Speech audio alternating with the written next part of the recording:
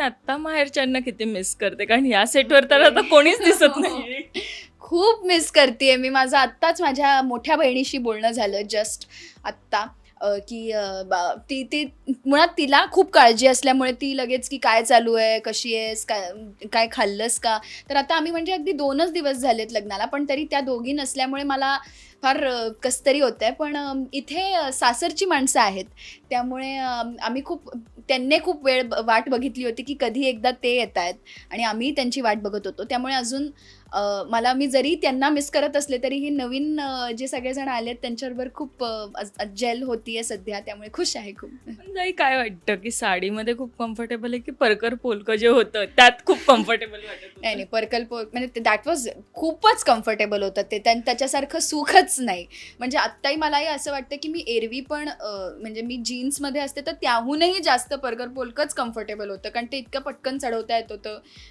त्याच्यात वावरणं खूप सोपं होतं आणि मुळात आपण इतक्या मुंबईत इतका उकाडा आहे, तर त्याच्यात शूट करताना तर त्याच्यासारखं दुसरं सुख नाही. पण माझा प्रॉब्लेम असा झालेला आहे, की मला एकतर सगळ्यांनी खूप सांगितलं होतं, की आता साड्या येणार तुला, मग तुला साडी नेसता येते का? असं सगळं खूप झालं. पण मी एक्स्पेक्ट केलं नव्हतं, की माझ्या साड्या इतक्या सुंदर येतील. त्यामुळे आता ते इतक्या छान साड्या आलेल्या आहेत, की मी ते सगळं ठीक आहे, माफ आहे, असं झालंय मला, की साडी नेसता येते? साडी नेसता येते. मी शाळेत असतानाच साडी नेसायला शिकले होते. कारण मला मला असं होतं, की म्हणजे माझी आई ऑफिसला जातानाही साड्या नेसतेच. पण मला एकतर ॲज अ फॉर्म हे खूप आवडलेलं होतं, की इतकं इतकं छान कसं कोणी दिसू शकतं या एका अटायरमध्ये. सो मग ते आपल्याला यायलाच पाहिजे असं माझं तेव्हापासून होतं. म्हणून मग मी आईला बघत ते शिकले. पण माझी जी इथे स्टायलिस्ट आहे तन्वी, तिच्या इतकी छान साडी मला नाही नेसवता येत. त्यामुळे अजून मी स्वतः नाही नेसत आहे माझ्या साड्या. ती मला नेसवती आहे. पण मला नेसता येते. त्यामुळे मग आता मी तिच्याकडनं आणखीन थोड्या ट्रिक्स शिकतीये, की ते कसं नेसता येईल आणखीन बेटर. हो, पण आईचा विषय काढला आणि आता ही पहिलीच मालिका आहे तुझी. मला सांग, आई किती आनंदी आहे आणि आईला ही आनंदी किती आवडते? नाही, आई माझी खूप ड्रामॅटिक आहे. ती बघत असताना रडते वगैरे. आता काल मला युनिट गॅप होता आणि काल आमचा लग्नाचा एपिसोड एअर होत होता. तर मी आणि आई आम्ही एकत्र बघत होतो आणि आई तर म्हणजे रडायलाच लागली, की "किती छान, किती आहे, बरं झालं लग्न झालं." असं वगैरे. तर मला असं होतं, की आई ही मीच आहे, तुला लक्षात येतंय ना?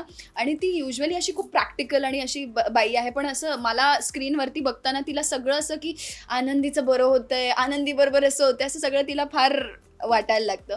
पण आई खूप खुश आहे आणि आई सारखं विचारत असते मला, की "बरं आता पुढे काय होणार आहे? मग काय होणार?" आणि मला तिला असं सांगावं लागतं, की "तू एपिसोड बघ."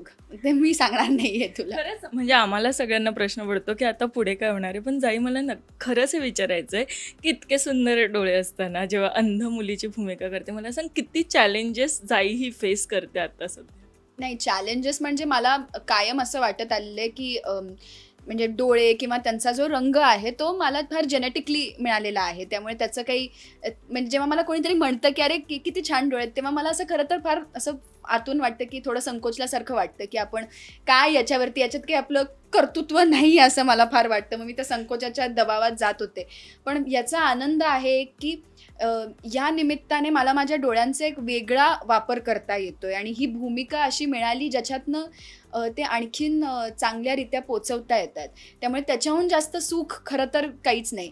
चॅलेंजेस आत्ता या घडीला कमी आहेत. सुरुवातीला खूप जास्त होते. कारण एकतर मला अ, पूर्णतः ती भूमिका कळलीच नव्हती आणि म्हणजे आनंदी हे कॅरेक्टर खूप कॉम्प्लेक्स आहेच.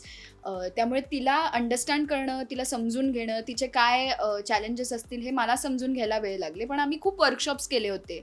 माझ्या बहिणींबरोबर मी वर्कशॉप्स केले होते. त्यामुळे आम्ही ते तिघींनी एकत्र मिळून काम केलेलं असल्यामुळे ते आव्हानही सोपं झालं. तर आता या नवीन घरात येणार आहे मी. म्हणजे आपण आयुष्यभर ज्या घराची सवय आहे, ते घर सोडून आता आनंदी एका नवीन मोठ्या वेगळ्या घरात, वेगळ्या जगात येतीये.